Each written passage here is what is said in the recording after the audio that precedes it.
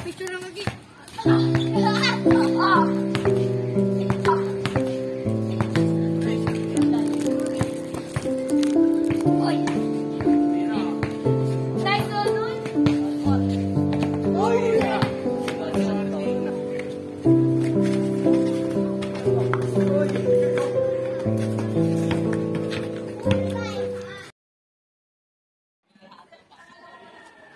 Ako si Arby.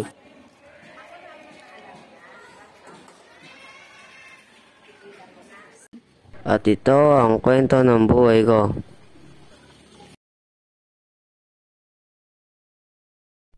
Teka, ano nga ba ang kwento ng buhay ko?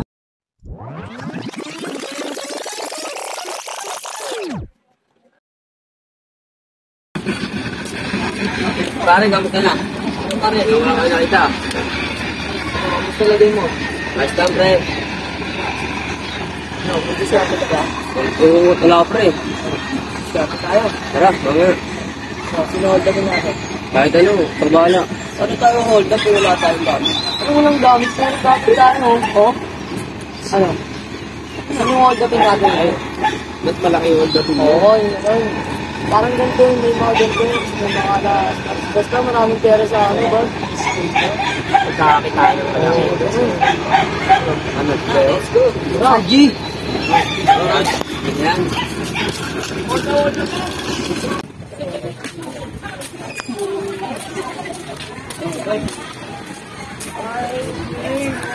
Hoy, wag ka po. Pakain talaga mo. Kuya, kunin niyo na lang po lahat ng gamit ko. Hindi na po akong sasaktan. Yan po. Kung gagawin mo masama dyan, ha? Hindi ka nang masama. Huwag ka nang sisigaw. Kuya! Natuto akong gumamit ng pinagbabawal na gamot.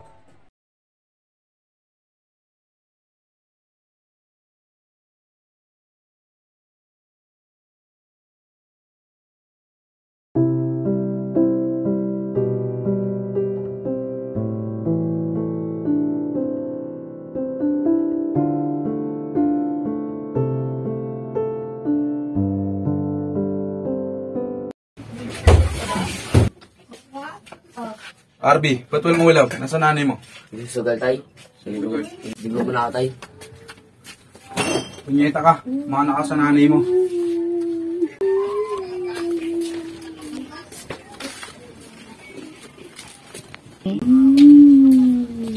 Pre, ayos ka lang, pre. Ayos lang, pre. Nangyari, pre. Narinig ko nagbubuligawan kayo ng tatay mo, ah. Yeah, pre. Hindi ko alam ba't ako pinagpag, eh. Sinaktan ka na naman, pre, dahil sa nanay mo, pre. Kaya ako, eh. Kumain ka na ba? Di pa, pre. Tara, Tara, tayo. kain na lang tayo, pre. Libre ko. Bibilan niya pa rin siya. Bakit naman kayo? Lela, tagal mo naman. Ito na. Tagal. O, Jella, nakita ko na naman yung asawa mo nung nakaraan na. Di pa tayo nagsisimula na may chismis ka na kagad sa akin? Te, kasi yung asawa mo, nakita ko na naman siya. May kasamang babae, umiinom. Sabi na eh. Tama tayo eh. Te, ano na? Magpapakaganyan ka na lang sa asawa mo? Eh, wala namang pagbabago? Ay, nako. Dami ko nang iisip-isipin ko pa ba siya? Wala na ang trabaho. Wala pang may bisyo pa. Pabigat na sa'yo dyan. Ay, bahala siya. Wala na akong pakalam sa kanya. Binubugbog pa yung anak mo. Saan na naman na ano yan? Narinig ko. Akala ko hanggang doon na lang ang buhay ko. Akala ko hindi na ako makakalis. Nahinto pa ako sa pag-aaral. Kailan ba matatapos to?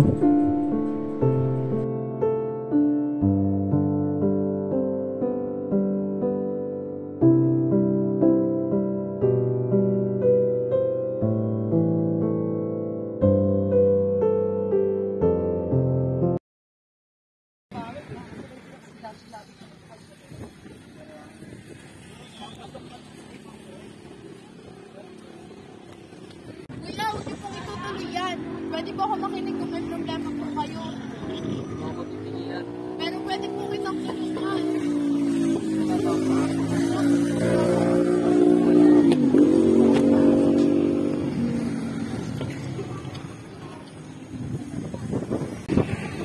po ang problema niyo? Bakit po kayo magpapakamatay?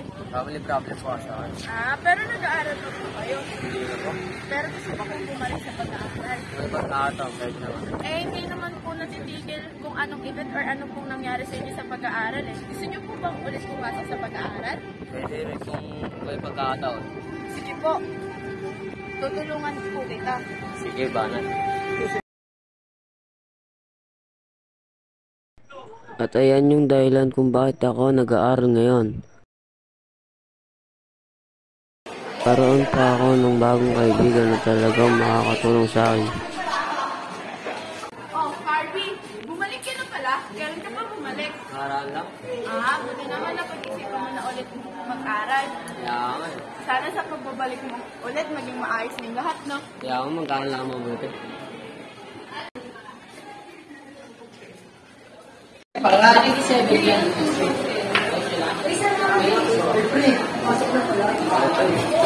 Magkakilala kayo? Oo, tinutulungan ko ang lahat ng sabi. Kaklase natin yan eh. Maganda pala yun. May kaklase kang kaibigan mo. Kaibigan ko to, kababata ko to. Hindi na ba yung tatanong? Tara, pasok na tayo. Mas nagtuon din ako ng oras sa talento at hilig ko sa paglalaro ng basketball.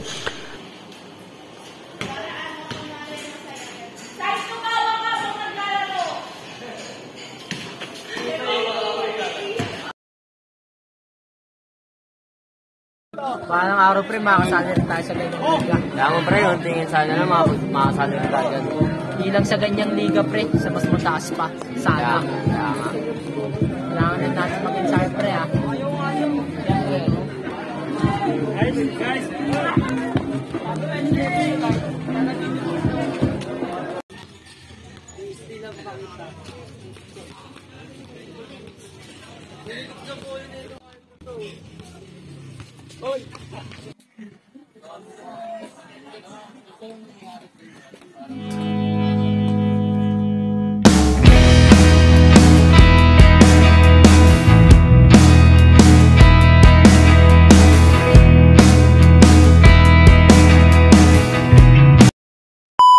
Pabalik mo ngayon.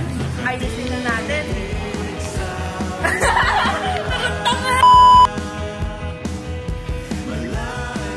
Tangan ka na! Oo, nag-isip ako sa liit sa akin. Kaya nga, umaron eh.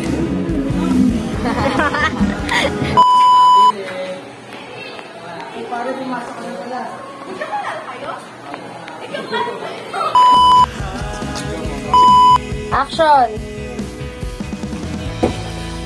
Ikaw nga ang sasabihin ko.